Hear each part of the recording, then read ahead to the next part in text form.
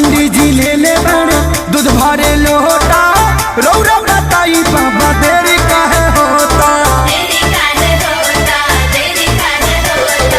पंडित जी ले ले बड़े दूध भरे लोटा रौरे बताई देवता तेरी काहे होता।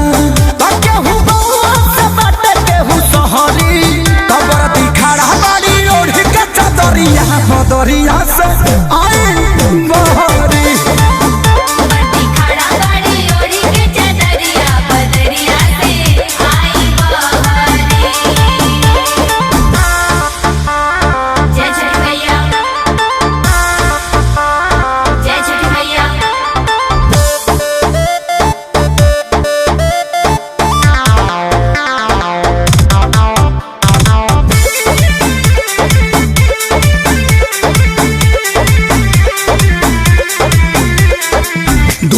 पियासल पूरा देश जी खड़ा के सारी सुभाव अखिलेश जी।